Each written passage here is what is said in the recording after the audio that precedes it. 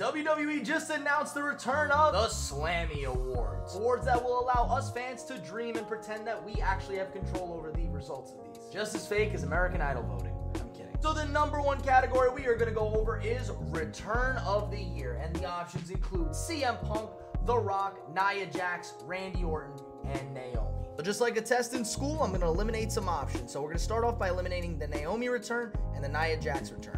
While it was amazing to see Naomi return to WWE, and same with Nia Jax because she has improved her craft in so many different ways, both of them just don't have the return on the same level as the other three left. But by no means is this disrespectful to them. It's amazing having them back in WWE. The Rock had a fun return, but honestly, it wasn't the return aspect that was as great as the current work he is doing. So if we're specifically talking about the return moment itself, The Rock is still not the number one on this list. And while Randy Orton's return was absolutely badass, seeing him walking to the middle of the War Games match and Rhea Ripley's completely shocked face was awesome, there was one moment this entire 2023 year that shattered the wrestling world, and that was the return of CM Punk at Survivor Series.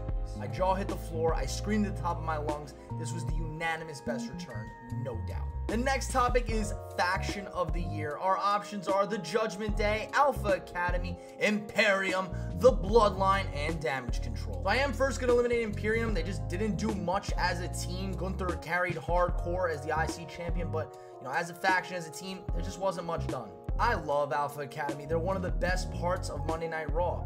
I love Otis. I love Tozawa. Chad's amazing. Maxine's getting so much better in the ring. But if you just look at the numbers themselves, Chad Gable literally had the most losses amongst any WWE superstar last year. Otis was a close, I think, second or third. Tozawa, love him, but he's more comic relief, and Maxine just recently started wrestling. Honestly, major props to Damage Control because there was a lot of question marks about how long this faction would last for, but seeing Io get her big moment, Kairi Sane coming back, and the Kabuki Warriors reuniting, it was an unbelievable year for Damage Control, but I am going to eliminate them just because the top two teams, I think, have a lot more, but honestly, an incredible year from Damage Control. Now, if we're talking purely about storytelling, this was easily the best team by far. Sammy Uso, everything involving Jay and Sammy's relationship, Jay and Jimmy betraying Roman Reigns still holding the title the entire year, beating Cody Rhodes. Overall, the Bloodline had an amazing year. However, I just can't give them the number one spot because this is your clear-cut number one. I mean, just look at this picture here. Tag team titles on Finn and Damian. You got the NXT North American Championship on Dominic Mysterio, the Raw Women's Championship for Rhea Ripley, Senior Money in the Bank being Damian Priest. They added another member in JD McDonough. They had the fun additional member of R-Truth. It was an unbelievable year for the Judgment Day. So honestly, they take this one purely just looking at the gold and the awards themselves. Next up, we have Rivalry of the Year. We got Seth freaking Rollins versus Drew McIntyre, Dirty Dominic Mysterio versus his deadbeat father Ray, Bianca Belair versus Damage Control, Roman Reigns versus Cody Rhodes, and R-Truth versus the Judgment Day. I never really felt like R-Truth and the Judgment Day was actually a true rivalry. I just found it to be comedy. I feel like this rivalry category might be lacking a bit. Throughout 2023, this didn't even feel like a true rivalry. I mean, there was only a few months of build-up, if any at all, and honestly, Roman Reigns' storyline with Sami Zayn was substantially better going into this. The only reason this is on this list is because of Drew McIntyre, plain and simple. And honestly, this has been a 2024 build, so I'm not going to have it at number one. I feel like the match will be great, but yeah, honestly, this has just been Drew McIntyre at his peak. This one is so close to being number one. I truly think Rey Mysterio versus Dominic Mysterio was one of the best feuds I had seen in years. It was so much fun to watch. I mean, honestly, just look at this picture here. Rey Mysterio literally whooping his son's ass. It was hilarious, but I just think that the number one feud was just a little bit better. Because my number one is Damage Control versus Bianca Belair. I think this was criminally underrated. I think Bianca Belair gets overhated for absolutely no reason. She is literally one of the best wrestlers I have seen in this company.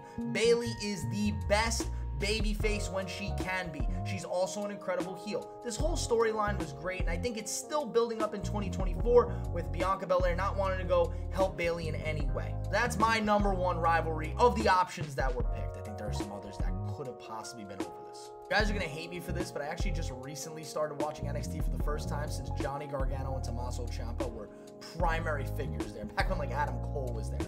So I haven't really watched too much of NXT to be able to make the judgments on this. I'm going to go with Ilya Dragunov just because I know he's been a really great NXT champion. I know Carmelo Hayes had a great year, Braun Breaker, you name it. They all had great years, but I'm just going to go with Dragunov. But you guys let me know in the comments below what you would have picked for this. Next up, we have our match of the year, Bad Bunny versus Damian Priest in a San Juan Street fight at Backlash. Roman Reigns versus Sami Zayn in Elimination Chamber. Gunther versus Chad Gable on a random Monday Night Raw. Asuka versus Bianca Belair versus Charlotte Flair at SummerSlam, or Charlotte Flair versus Rhea Ripley at WrestleMania 39. All these matches are insane, honestly. I mean, Asuka versus Charlotte Flair versus Bianca Belair. I mean, this match was incredible in every way. It was overshadowed by Io Sky cashing in at the end, but this match was great. What Bad Bunny has been able to do in his limited time in a WWE ring is just unfathomable. The guy absolutely adores professional wrestling. He put on a clinic with Damian Priest. It was an amazing match. All the credit in the world to both of them. The literal definition of David versus Goliath. I mean, it was impossible for these guys to put on a bad match. Gunther has been an amazing champion. Chad Gable always plays the underdog great. It's not my number one on this list, but it's certainly as close to the top as it can be. The only reason this match isn't number one is because the build-up of the other match is just god tier. But seriously, Charlotte Flair, Rhea Ripley, incredible chemistry in the ring. Two of the very best to do it right now. This match was amazing in every way, and it was amazing to see Rhea Ripley finally get her big moment at WrestleMania. Even though we already knew Roman Reigns was winning this match, it was incredible to see the ultimate babyface Sami Zayn finally get his main event moment in Canada at Elimination Chamber. It was so amazing to watch. There was so many times where I was like, oh, the match is going to be over here, and Sami would just barely get his shoulder up. I mean, ultimate babyface versus ultimate heel at this point. Everything storyline that built into this was incredible. This match was my number one match of 2023. Next up is OMG Moment of the Year, and it starts off with Rey Mysterio punching his son Dominic,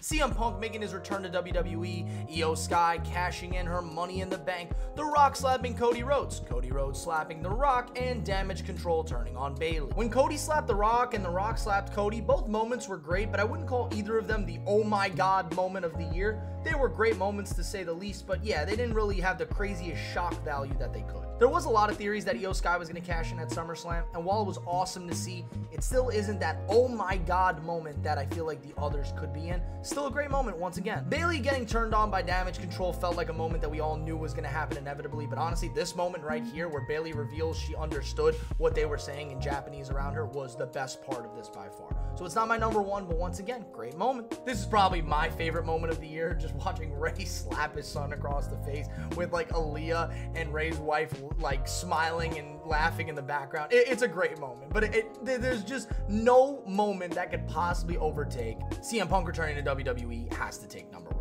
It does. It was the oh my god moment of the year. We thought the pay-per-view was over, and then boom, you hear Cult of Personality hits, and all our jaws were on the floor. And don't tell me, oh, I saw this coming.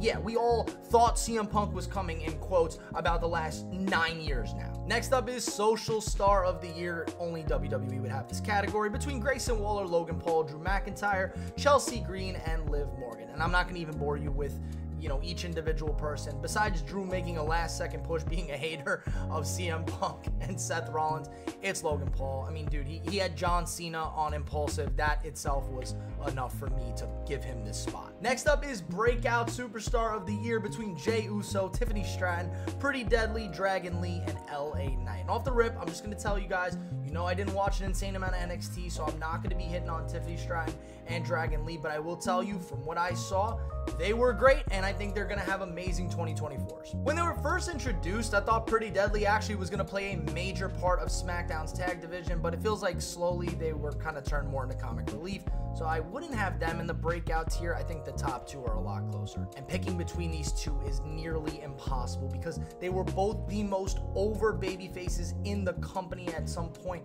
in the last year. They just did everything right. LA Knight got over by just being a Stone Cold-esque anti-hero.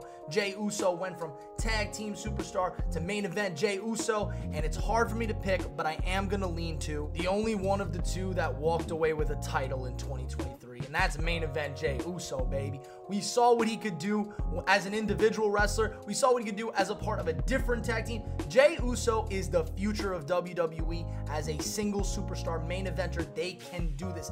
Don't just throw him back to the Usos. He can do it by himself. I love this version of Jey Uso. Let's keep this at least for a couple of years. Next up is best entrance. This could be between Cody Rhodes, Roman Reigns, Bianca Belair, Seth freaking Rollins, Rhea Ripley, Becky Lynch, The Rock, and Dominic Mysterio at WrestleMania 39. While there are some great entrances here, I'm going to cut it down to 4, The Rock being one of the 4. He has an amazing entrance with the Hollywood Rock theme. His original theme is already great, but with the Hollywood Rock theme, the lightning coming from the sky, it's awesome. But it's not my number 1, but it's been insane to see Hollywood Rock back. Roman Reigns' entrance will never get old to me, man. He comes out looking like a monster. He is the best in WWE right now. So honestly, yes, this entrance is in my top 4, 100%. I laughed so hard at this, it's not even funny, dude. Dominic Mysterio is the best heel in WWE.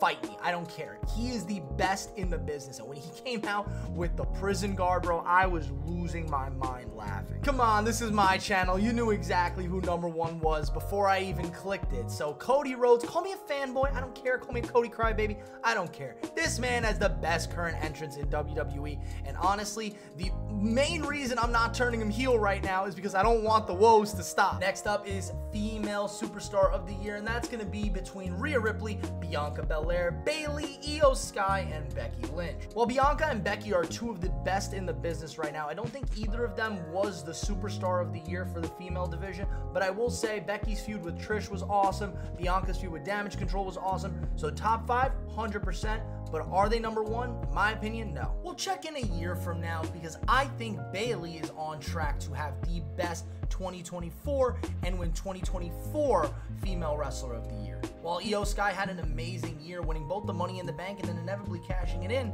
to win the SmackDown Women's Championship, I will say she isn't number 1, but she had a great year, and that obviously needs to be recognized. Number 1 is Rhea Ripley. She hit every category. Amazing WrestleMania matches, constantly defending her title, doing a great job in her faction with the Judgment Day. Rhea Ripley was the number 1 female wrestler this year because not only was she incredible on the mic, not only was she incredible with her faction, she was also amazing in the ring. She hit every category, like I said. So Rhea Ripley was your number 1 female wrestler of the year for 2023. And the final category is male superstar of the year between Cody Rhodes, Roman Reigns, Seth freaking Rollins, Gunther, and Logan Paul for some reason. Logan Paul had some funny moments, man, I can't lie, and he had some great matches, but I just don't think I could put a part-timer as the male superstar of the year. Speaking of part-timers, Roman Reigns, I believe, had 7 matches last year. That is not enough for our WWE Undisputed Universal Champion. I don't care what title he's holding, he has not done enough. He won the Royal Rumble, he main evented WrestleMania, he won some gold this year. Not enough could be said about Dusty's baby boy and how incredible he had of a 2023. However, like I said, he did main event WrestleMania, but he failed.